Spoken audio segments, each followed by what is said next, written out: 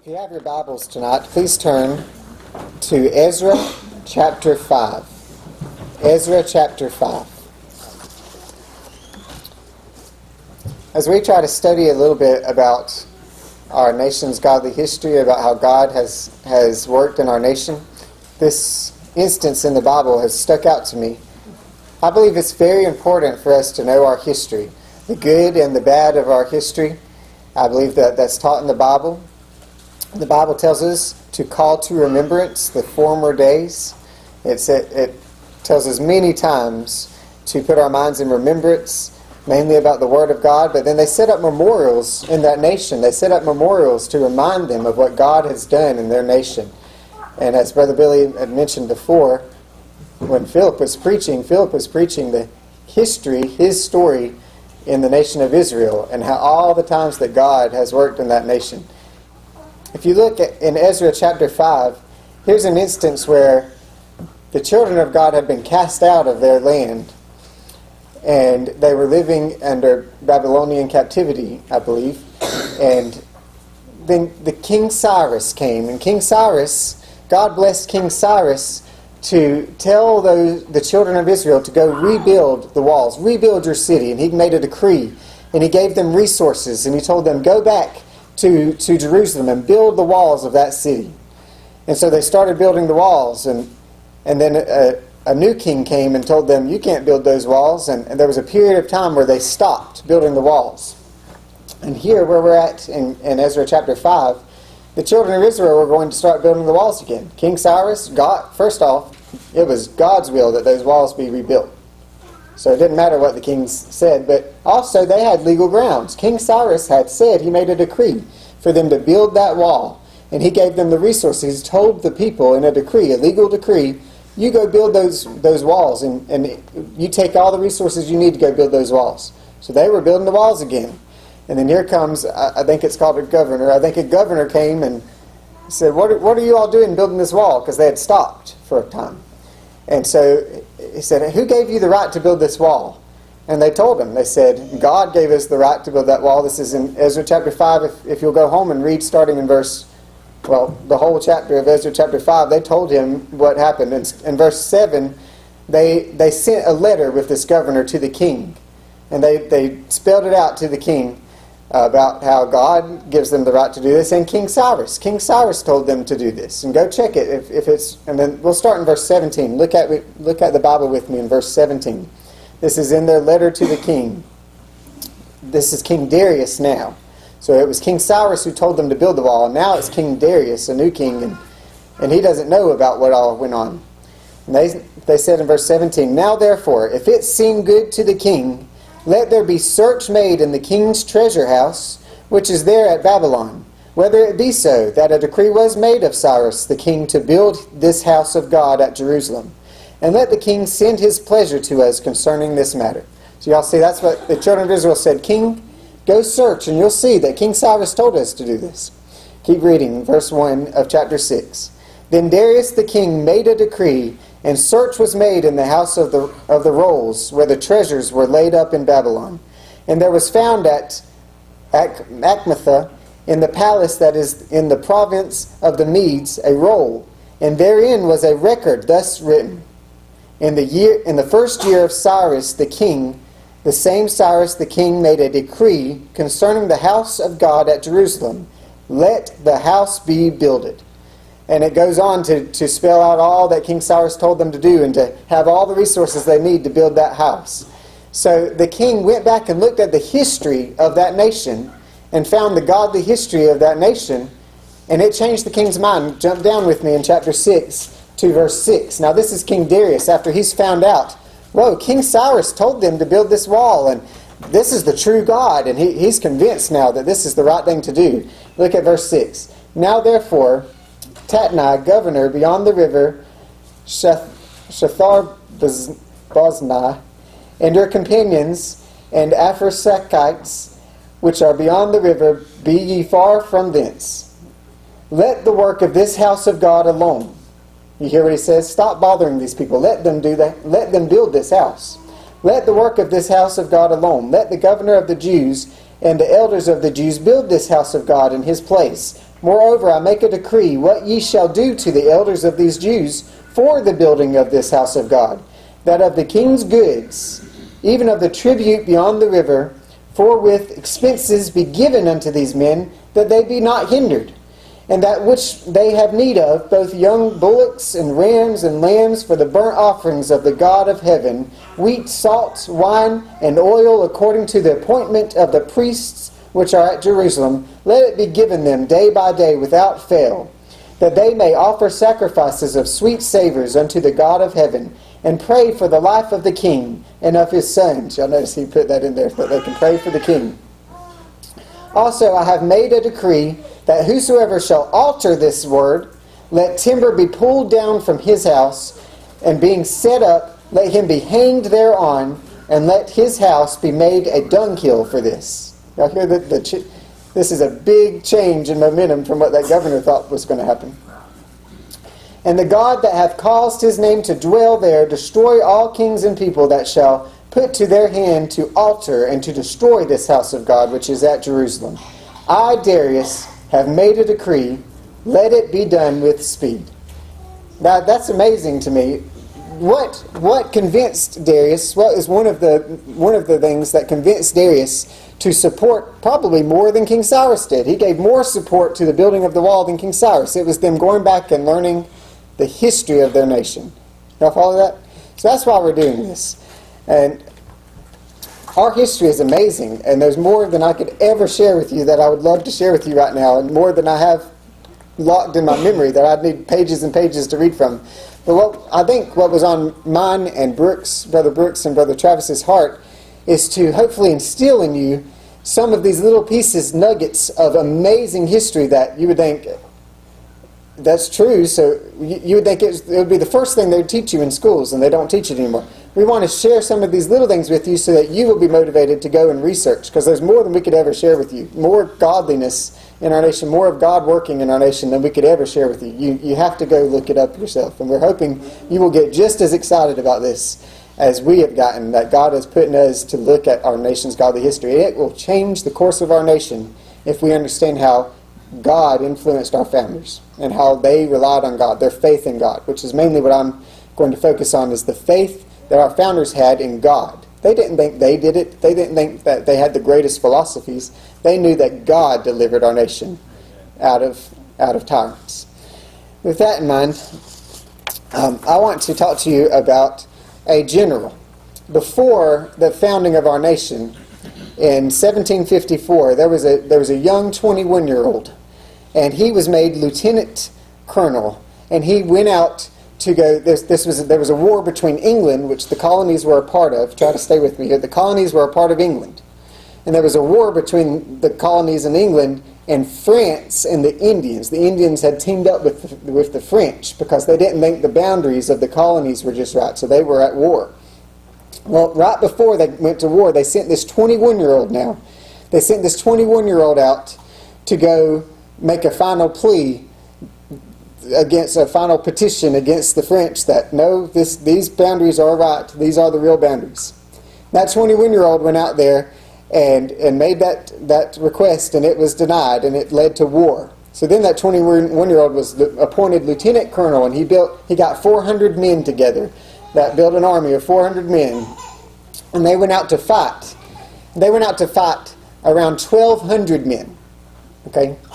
And the 1,200 men ambushed them. They were hiding in trees and rocks and hills, and they had circled them.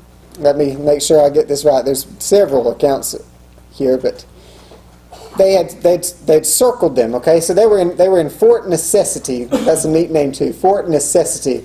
By the way, this 21-year-old is a necessity to the founding of our nation. So keep that in mind. So at Fort Necessity, this 21 or 22-year-old at this point was leading 400 men in this Fort Necessity, and they were surrounded by 1,200 enemy forces in rocks and trees and hills. They couldn't see them, and they were shooting. They were just pounding them for 9 hours.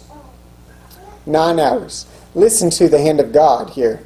And they all recognized that 30 men, and I know that's terrible, but there were 400 men in that fort being pounded by 1,200 men for 9 hours. 30 men died. Isn't that amazing?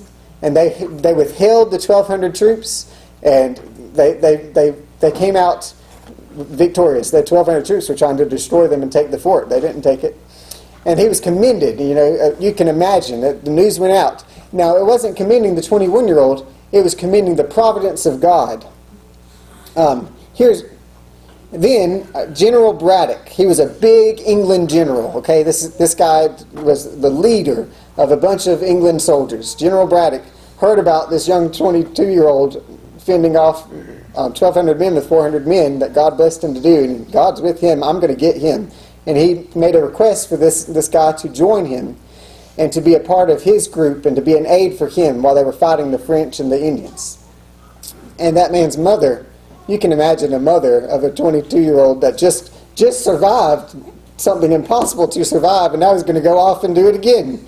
And she objected, and he said this to her. He said, "The God to whom you commended me, madam," talking to his mother, "the God to whom you commended me, madam, when I set out upon a more perilous errand, I took on 1,200 men with 400 men, that God that you commended me to, that delivered me from that," he said, "the God to whom you commended me, madam, when I set out upon a more perilous errand, defended me from harm, and I trust he will do so now. Do not you?" That's what he said to his mom. God defended me from the 1,200 men. He'll defend me now. Trust in God. It's amazing. So then he went on with that general, okay? And the very next year, they found themselves in a terrible situation.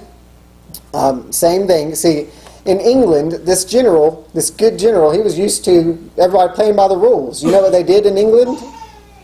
They set up columns over here, and they set up columns over here, and they shot at each other. And they were wearing bright red coats. Y'all understand? They were wearing bright red coats, but that's how it was in England. Whenever they were fighting in England, everybody knew you set up your men first, and then you just start shooting at each other.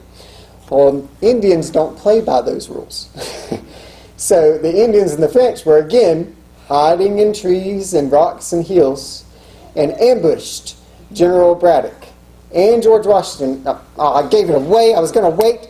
Some of you probably guessed already. George Washington is the man. So George Washington was there with about 100 men, and General Braddock had about 1,000 men, and they had teamed up, and they got ambushed again. And it was the bloodiest battle. This time was not quite like the other time. They almost all died. 30 men left is what I found here. 30 men left of General Washington's. So, but guess who survived? Guess who God protected? George Washington. He was a necessity. So, and it was amazing. So General Braddock, whenever they started getting ambushed, General Braddock said, "Form your columns." And they started getting into their columns. They're being ambushed by people in trees. George Washington's men, they were Virginians. They knew how the Indians worked. They ran behind trees and started fighting behind the trees. And George Washington was following orders from General Braddock, and General Braddock was running to and fro on his horse, yelling at the people, "Get up, get in a column, get in your columns, do what you were trained to do." And so General Washington was doing the same thing. The lieutenant colonel at this time, I believe, he was doing what he was told, and he was riding on his horse back and forth, telling his men, "Come out, come out. That's not how General Braddock wants us to do it. Get in your columns." And all the time they're shooting at him. General Braddock got shot off of, the horse got shot out from under him. The horse got shot and died, and he had to get off and get a new horse 5 times. 5 times. Now, General Braddock ultimately got shot, and he died 3 days later. He got shot and wounded and couldn't get back in the battle, and he died 3 days later. George Washington got a horse shot out from under him 2 times. And whenever the battle was over, he had 4 bullet holes in his coat. Isn't that amazing? Here's what a soldier said about it. A soldier said, "I expected every moment to see him fall. Nothing but the superintending care of Providence could have saved him." That's what that soldier said. Do y'all know what Providence means? We mentioned that, Brother Travis mentioned it last time, and some people might not know. Providence, okay? Providence means provide. Providence means God providing. So whenever this soldier said, nothing but Providence could have saved George Washington that day, I saw it. He was being shot, and he didn't fall down. I thought, he's going to fall down any moment. God saved him. God delivered him, and there's many more, and I don't have time. As I told you, you have to go research. But there's many more accounts of this. So after that battle, here's the numbers, by the way. I told you the numbers. There were 714 British soldiers that were killed. 37 wounded. Oh, every other officer that was on a horse, every other mounted officer died. George Washington was the only one on a horse that didn't die that day.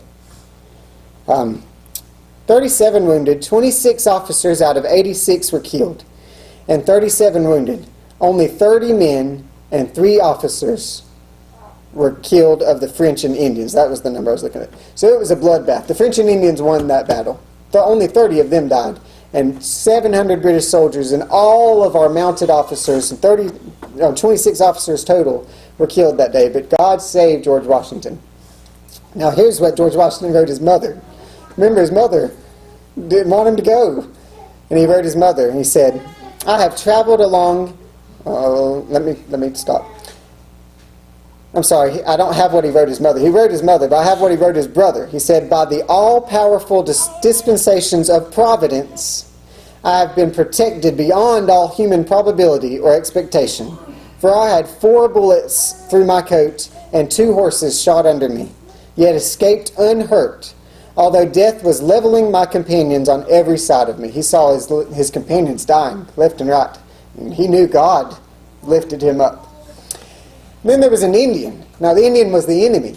There's 15 years later, an Indian came, and he had to meet this great warrior that could just deflect. He had a shield around him with bullets. He had to meet him, and here's what he said. The Indian that was an enemy now. So it's not just George Washington claiming, and that soldier claiming that George Washington was protected by God. Here's the Indian that saw it with his own eyes. This was impossible.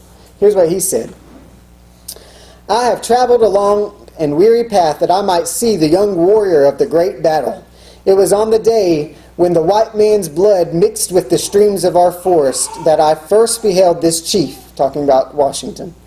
I called to my young men and said, mark yon tall and daring warrior. If y'all remember, George Washington was very tall. Mark yon tall and daring warrior. He is not of the red coat tribe. He knew that he was different than those redcoats that were trying to get in columns. He is not of the red coat tribe. He hath an Indian's wisdom, and his warriors fight as we do. Himself is alone exposed. Y'all hear that? So here's what the Indians said. I told them that day, look, his warriors are hiding in the trees like we are. They're not trying to form columns. But that man himself alone was exposed. George Washington was the only one of his soldiers that was exposed out there riding back and forth. You see that?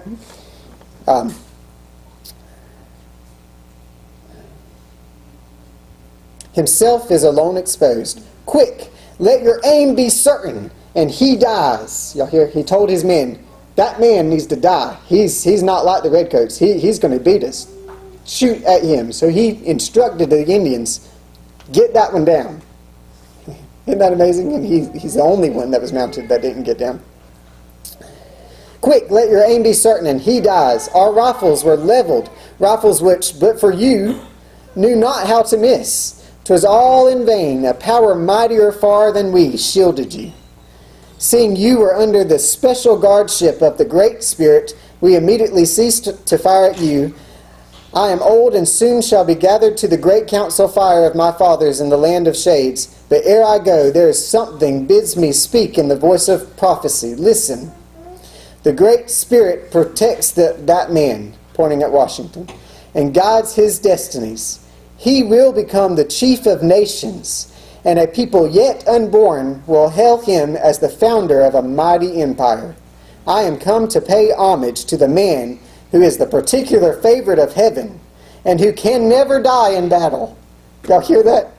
That was the enemy's account of George Washington. He said, that man is special. God, the heaven is protecting him, and he must be the leader of the next great empire that many nations, many generations to come, yet unborn, will say, that man started a great nation. It's amazing.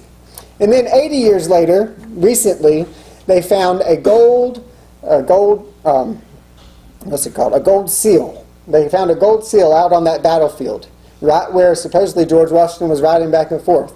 And it had the initials GW on it. And guess what was in the middle of that gold seal?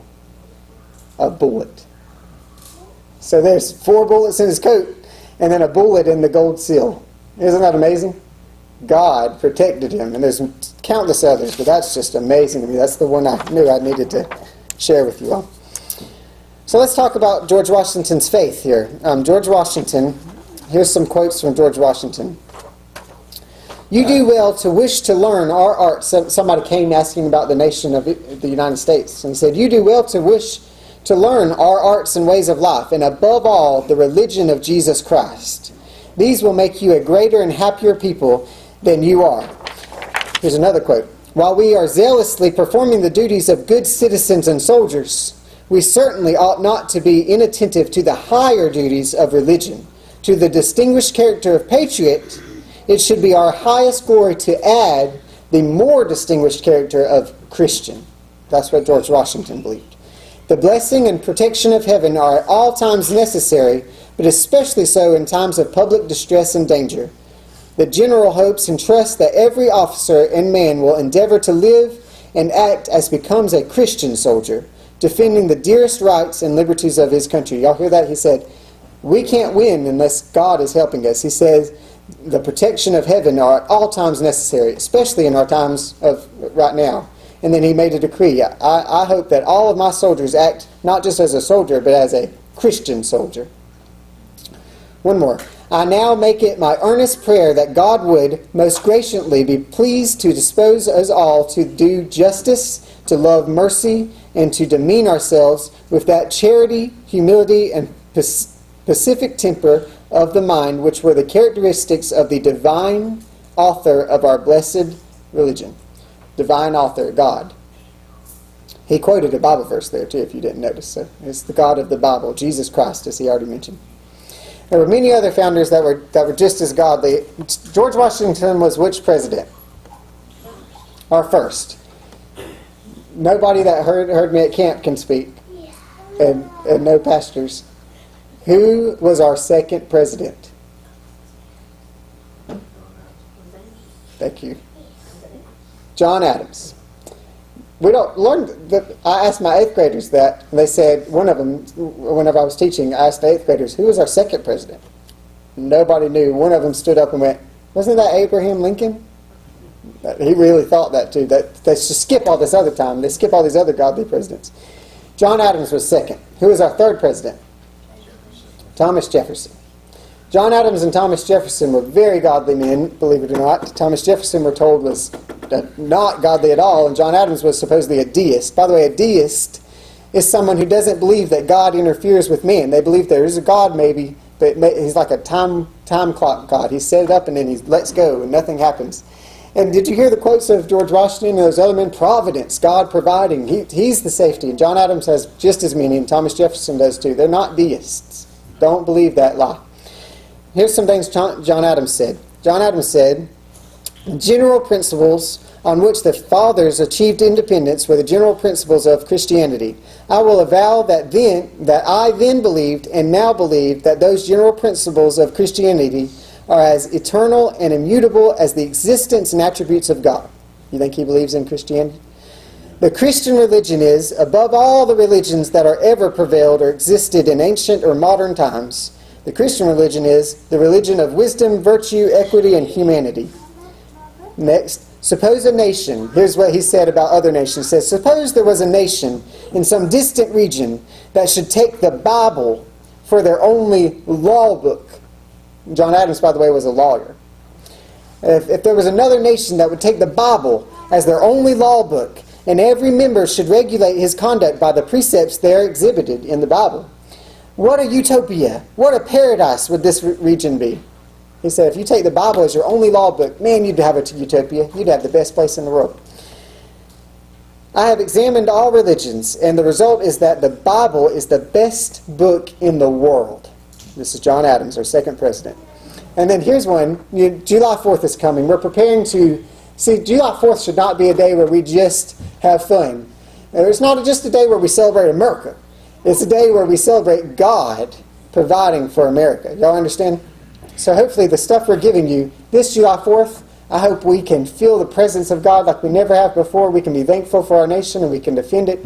It should be the best July 4th we've had as we prepare these 3 Sundays. Here's what John Adams said concerning July 4th. He had the day wrong. He said it was July 2nd. Because there was a couple of people that had to sign a little later. So he thought July 2nd was the day we officially adopted the Declaration of Independence from Britain. Let me make one more point. That's something that's on my heart. We call it Independence Day. It is our independence from what nation? Great Britain. But it is not our Independence Day where we're a self-made country, we can do it ourselves. It's our independence from Great Britain and our dependence upon who? So it's equally fair to say it is what day? Dependence Day. But anyway, he thought July 2nd was the day that the Declaration of Independence from Great Britain would be official. It was July 4th, so he was wrong. But here's what he said. The second day of July, 1776, will be the most memorable epoch in the history of America. He's foretelling the future. God blessed these people to know what they were doing. I am apt to believe that it will be celebrated by succeeding generations as the great anniversary festival, great anniversary of the United States. It ought to be commemorated as, listen to this is what he said, it ought to be commemorated as the day of deliverance by solemn acts of devotion to God Almighty. And he went on to say, it ought to be solemnized with pomp and parade and shows and games and sports and guns and bells and bonfires and illuminations. What are illuminations? Fireworks. He is a prophet. God gave him ability to see the future.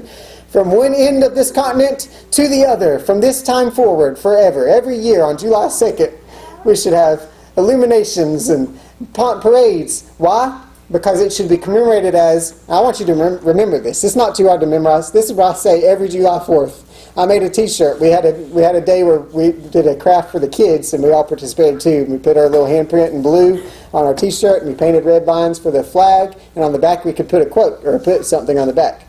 My thing I put on the back was, Happy Day of Deliverance by Solemn Acts of Devotion. That's what July 4th is. It's the day that God delivered us because He blessed us to have solemn acts of devotion to Him. We were devoted to God, solemnly devoted to God. We had acts of devotion. We trusted in Him. We had writings showing that they trusted in Him in those battles. And they trusted in Him so much that He delivered them. And that's what July 4th should be commemorated as. The day of deliverance by solemn acts of devotion to God Almighty. It's amazing. That's John Adams, our second president. Thomas Jefferson, our third president, he said, the Christian religion is the best religion that has been given to man. Isn't that amazing? He also said, God, who gave us life, gave us liberty. And can the liberties of a nation be thought secure when we have removed their only firm basis, a conviction in the minds of the people that these liberties are the gift of God?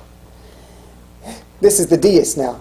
The liberties are a gift of God. God gives us the liberty. Y'all see how it's just lunacy that they can teach that He's a deist.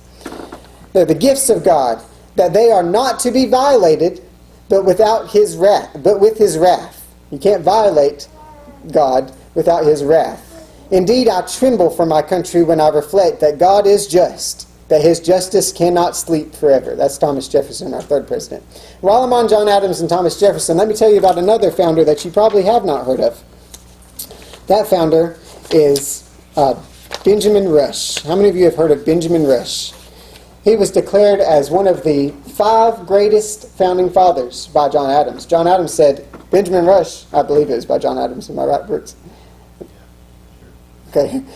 One of the great founders said that, I think it was John Adams, said that Benjamin Rush was one of the 5 greatest founding fathers we have. And we don't know who Benjamin Rush is. You know why? Because he was a devout, what? Christian. Everything he did said Christian. You can't find a quote. So you can find quotes of some of these others where they were leaving Great Britain. Well, Great Britain was a Christian nation. Not really, but they claimed they were. So you can find quotes from John Adams and Thomas Jefferson and even George Washington that sound kind of anti-religious, but it's not. It's anti-tyrant religion that's not a true religion that was trying to take over how they worship God. Y'all see? So beware of that. If somebody goes, well, look at what John Adams said here, though. Well, he's talking about a false religion that they had where they were being tyrants, telling Christians how to worship God the wrong way. So watch out for that. But you can't find that with Benjamin Rush. Benjamin Rush was as clearly Christian as it gets, and he's one of the greatest founders we have. He's called the father of public schools under the U.S. Constitution. I wonder what his thoughts were about the Bible in public schools. Do y'all have a thought? You can guess. He wrote a whole document called A Defense of the Use of the Bible in Schools. And this is the guy known as the father of public schools under the U.S. Constitution. And he made 5 points. I don't really think it's important for me to read those right now. Go look them up. Go look up these people. But he made 5 points that are clear, that if you don't teach the Bible in schools, then you're going to have more crime, and then you're going to have to try to do it with jails, and we won't have the resources for that. If you just teach the Bible in school, it'll take care of crime, it'll take care of all this other stuff. That's what Benjamin Rush was defending the Bible in schools for. Benjamin Rush had a dream about John Adams, our second president, and Thomas Jefferson, our third president. John Adams and Thomas Jefferson were close friends during the founding of our nation, during the July 4th era, 1776. But then, when George Washington was president, there was a French Revolution going on, and there was some, we would call it very minor. We have bigger discrepancies within the Republican Party than they had between each other. But it was enough for John Adams and Thomas Jefferson to stop being friends. They stopped talking to each other. They had a difference. Now, they both believed in the liberties the whole time through. They believed basically exactly like we do, but this one thing really made a difference in their relationship. They quit talking to each other. The second president and the third president, John Adams and Thomas Jefferson. But Benjamin Rush, this is how important Benjamin Rush was. He served in the administrations for both John Adams during the second presidency and Thomas Jefferson during the third presidency. He was great friends with Thomas Jefferson and John Adams. And whenever they quit being friends, he wrote a letter to John Adams telling him about a dream he had. And in that dream that he had, he said that in the dream, he said that his son came up to him in that dream and said, "Dad, let me read you about the history." This is a book called The History of America. And he said, I don't have it in front of me here, but he said in that letter, he said, I told him in my dream that the only history I care about is the New and Old Testament of the Bible. That shows you how Christian he is. But the son said, it has to do with your friends, John Adams and Thomas Jefferson. He said, okay, tell it to me. So in the dream, he tells him, the kid tells him about reading from this book of history about John Adams and Thomas Jefferson and how they got back together and they started writing letters one to another. They both retired in their respected homes and they started writing letters of correspondence one to another. And these letters were so wise that nations, that people in the future would desire to read them. And they also said that they would die. Let me quote it here. Here's the things he said. There's at least three prophecies made in that dream that came true. And some other things were a little off. Benjamin Rush really wanted these guys to get back together fast. They didn't get back together in 1809. They got back together 4 years later. But the rekindling of the friendship of John Adams and Thomas Jefferson, which to everybody else seemed they were never going to be friends again, it happened. They started writing letters to each other.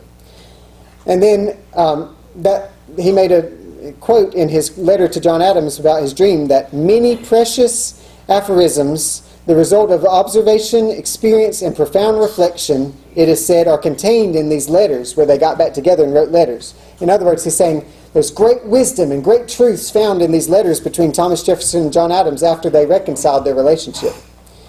And then he said, it is to be hoped the world will be favored with a sight of them. It's to be hoped that the world will be able to see these letters that Thomas Jefferson and John Adams wrote to each other after they became friends again. Well, guess what we have today? We have the letters of Thomas Jefferson and John Adams that they wrote to each other after they became friends again in books that you can buy right now and you can read them. Isn't that amazing? And then one more thing. He said in his letter, these gentlemen sunk into the grave nearly at the same time, full of years and rich in the gratitude and praises of their country. Guess when John Adams died and when Thomas Jefferson died? On July 4th, both of them on the same day, July 4th, 1826, the 50th anniversary of July 4th. Isn't that amazing? They died within 3 hours of each other on the same day. Tell me God wasn't involved in all that. You follow? God was involved in their relationships. Thomas Jefferson, the least religious founding father we have. By the way, I believe he was one of the least religious founding fathers we have. That's a relative term. Does anybody know what I mean? He would be the most religious government official that we have in today's time. If he was an official today, man, everybody would be all after him. You're separation of church and state. You're not supposed to say the things you say, Thomas Jefferson. They would be all after him. He was very religious, but he was one of the least religious. He was one of the ones that didn't declare himself a certain denomination. He was a non-denominational one, but he was very, very religious. He believed in Jesus Christ. He believed in the doctrines of Jesus Christ. And as a matter of fact, he wrote to Benjamin Rush. He wrote a letter to Benjamin Rush in 1800. And he said all these people, that 1800 was whenever John Adams lost the presidency to Thomas Jefferson, his rival at the time. And it was just like today. People would spout out lies about John Adams in support of Thomas Jefferson. They'd spout out lies about Thomas Jefferson in support of John Adams. Y'all understand? And guess what we hear in the textbook today? They pull those documents that were lies about Thomas Jefferson, and they teach those things. And Thomas Jefferson wrote to Benjamin Rush, because Benjamin Rush was a big-time Christian now.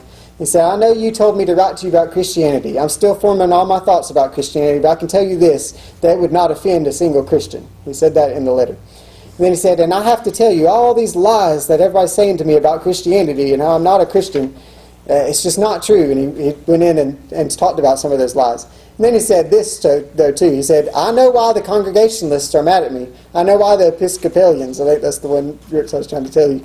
The Congregationalists and the Episcopalians are mad at me. They don't want me to become president because, rightly so, they're afraid that I will enforce the First Amendment. Okay?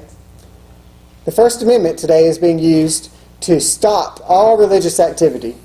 The First Amendment says that Congress shall make no law respecting an establishment of religion or prohibiting the free exercise thereof.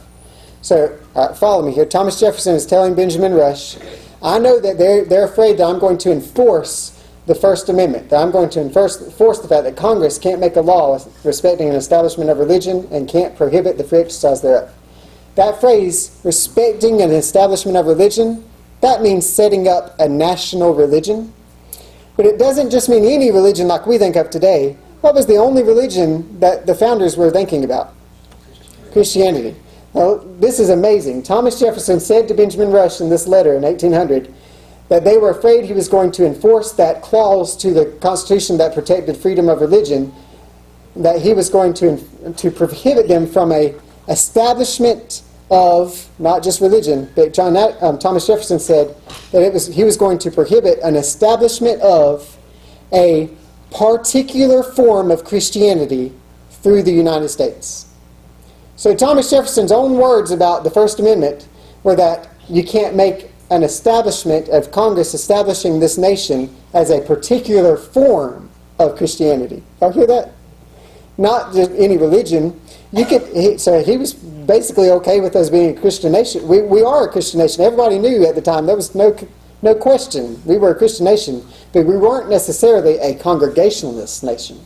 We weren't necessarily a Baptist nation. We weren't necessarily a Catholic nation. Y'all see the difference? That's what the First Amendment is about. And I've just stepped all over Brooks's time next time. But he'll go into more detail about other things. But that's just amazing to me. You couldn't be a Congregationalist nation. So the Congregationalists were scared of Thomas Jefferson because he was going to stop them from making it a certain type of Christianity. Isn't that amazing? Oh boy, there's just not enough time. Oh, there's not enough time. Let me tell you about Benjamin Franklin, and then if you want me to talk your head off afterwards, I will be glad to share everything else I couldn't get to. Benjamin Franklin, also known as a deist, while they were at the Constitutional Convention of 1787 writing the U.S. Constitution, there was some bickering going on and there was some arguing going on. And Benjamin Franklin came up and said, stop what we're doing, and here's what he said. I have lived, sir, a long time, and the longer I live, the more convincing proofs I see of this truth, that God governs in the affairs of men, What a deist. God governs in the affairs of men. He's not a deist. And if a sparrow cannot fall to the ground without his notice, is it probable that an empire can rise without his aid? And we have been assured, sir, in the sacred writings that, quoting the Bible, except the Lord build the house, they labor in vain that build it.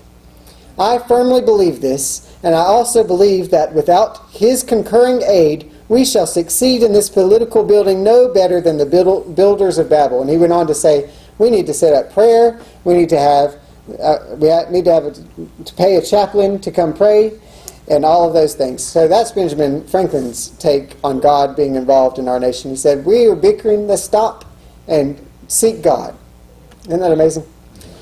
So I hope we all have a happy day of deliverance by solemn acts of devotion to God Almighty, remembering God's hand in our founders, and God's putting in our founders the faith of God and giving them the wisdom to set up a godly nation.